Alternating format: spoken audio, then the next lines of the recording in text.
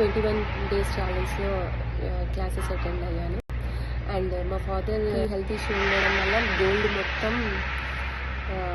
ముత్తూరులో పెట్టాము. నెక్స్ట్ ఇంకా 12 వరకు టైం ఇచ్చారు మాకు. యాక్చువల్గా ఓన్లీ ఇంట్రెస్ట్ అమౌంటే 2,40,000 కట్టాలి. యాక్చువల్గా ఆ ఇంట్రెస్ట్ అమౌంట్ కట్టకపోతే మొత్తం 82 lakhs మా మమ్మీది నాది కలిపి మొత్తం 82 lakhs గోల్డ్ మొత్తం ఆప్షన్లోకి వెళ్ళిపోతుంది. నాకు హోపనోపో గురించి రమ్య మేడం గారు చాలా బాగా చెప్పారు. సో నేను అదే విధంగా పాటించాను నేను.